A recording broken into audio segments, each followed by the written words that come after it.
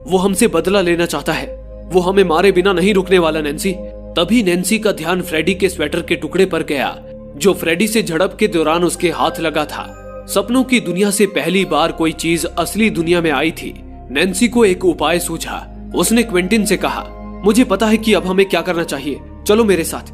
कुछ देर बाद नैन्सी और क्विंटिन वहीं बेसमेंट में रखे एक बिस्तर पर बैठे थे। नैन्सी ने क्विंटिन को बताया कि जैसे वो स्वेटर को बाहर ला पाई है, उसी तरह वो फ्रेडी को भी इस असली दुनिया में ला सकती है। यहाँ वो उसे आसानी से रोक पाएंगे।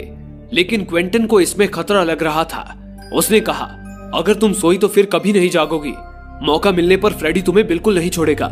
लेकिन नैन्सी ने उसे समझाते हुए कहा, तुम मेरी फिक्र मत करो, मुझे विश्वास है कि तुम मुझे मरने नहीं दोगे। बस मुझे तड़पता देखकर सही वक्त पर जगा देना। क्विंटिन को नैन्सी की बातें माननी ही पड़ी। उसने नैन्सी को अपना क्रॉस पहना दिया और उससे वादा किया कि वो उसे कुछ भी नहीं होने देगा।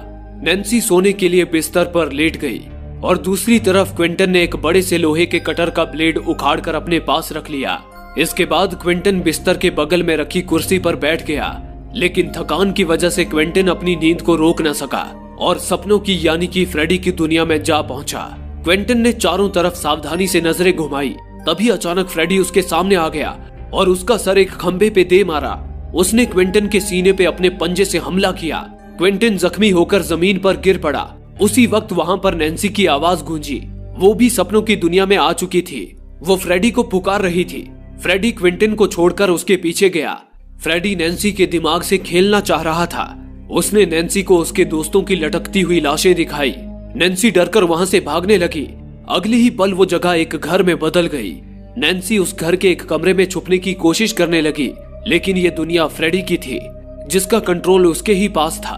फ्रेडी ने उसे आराम से ढूंढ लिया और फिर उसे भागने पर मजबूर कर दिया। नैन्सी भागती हुई एक खून के दलदल में फंस गई और उसमें डूबने के बाद वो गिरकर अपने कमरे में पहुंच गई। नैन्सी ने देखा कि उसने स्कूल ड्रेस पहन रखी है। तभी नैन्सी के हाथ पैर बिस्तर से जकड़ गए। ऐसा लग रहा था जैसे उसके हाथ पैर में रस्सी बांध दी गई हो। फ्रेडी अब तक कमरे में आ गया था। नैन्सी ने तड़पते हुए कहा, क्विंटिन मुझे जगाओ।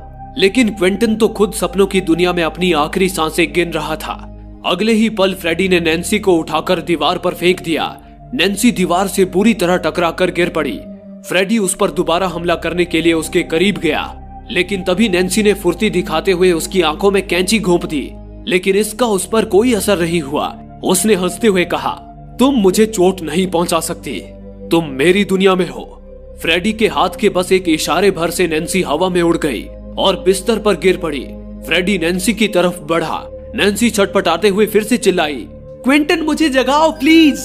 दूसरी तरफ क्विंटिन जाग चुका था, पर घायल होने की वजह से कुछ भी नहीं कर पा रहा था। पर फिर भी क्विंटिन हिम्मत बांध कर उठा और नैन्सी को झकझोर कर जगाने की कोशिश करने लगा। फ्रेडी नैन्सी को मारने ही वाला था कि इतने में ही क्विंटिन ने अपने पास रखे एनर्जी के इंजेक्शन को नैन्सी के शरीर में घोंप दिया। होश में आने से एक पल पहले नैन्सी ने फ्रेडी का हाथ पकड़ लिया और फिर नैन्सी के होश में आने के साथ ही फ्रेडी भी असली दुनिया में चला आया। नैन्सी ने जागते ही चिल्लाकर कहा, क्विंटिन मारो इसे। फ्रेडी नैन्सी को मारने उसकी तरफ बढ़ रहा था कि क्विंटिन ने फ्रेडी के पैर में चाकू घोंप दिया। फ्रेडी दर्द से करहा उठा। वो गुस्से से पागल हो गया और क्विंटिन पर उसने जानलेवा हमला किया। लेकिन तभी नैन्सी ने कटर के ब्लेड से फ्रेडी का हाथ काट दिया। एक पल के लिए तो फ्रेडी का दिमाग ही सुन पड़ गया। ये देख नैन्सी बोली, मेरी दुनिया में स्वागत है कुत्ते। इतना कहकर नैन्सी ने उसकी गर्दन ही चीर डाली। फ्रेडी का बेजान शरीर जमीन पर गिर पड़ा। नैन्सी ने फिर वहां पड़े लालटेन से वहां आग लगा दी और क्विंटिन के साथ बाहर निकल आई। कुछ देर में फायर ब्रिगेड और एम्बुलेंस वाले भी वहां आ गए। हालांकि उन्हें स्कूल के अंदर फ्रेडी की लाश नहीं मिली। शायद आग की लपटें फ्रेडी को पूरा निगल गई थी। एम्बुलेंस में बेहोश क्विंटिन के सिर पर हाथ फेरते हुए नैन्सी ने कहा, सुनो क्विंटिन, हमारा बुरा सपना खत्म हो चुका है, अब सब ठीक है। कुछ देर बाद नैन्सी अपनी माँ के साथ घर पर आ गई। नैन्सी की माँ ने कहा कि अब उसे सो जाना चाहिए। नैन्सी ने अपनी माँ की तरफ देखते हुए कहा, सुनिए मॉम, मुझे पता था कि आप मुझे प्रोटेक्ट कर रही थी। मेरी गुस्से भरी बातों के लिए सॉरी। नैन्सी की माँ ने उसे प्यार से मुस्कुराकर देखा। लेकिन तभी नैन्सी ने देखा कि उसकी माँ के ठीक पीछे टंगे हुए आईने में फ्रेडी दिखाई दे रहा है। नैन्सी की चीख निकल गई। अगले ही पल फ्रेडी ने अपना पंजा नैन्सी की माँ के सर के आर पार कर दिया और उन्हें आईने में खींच लिया।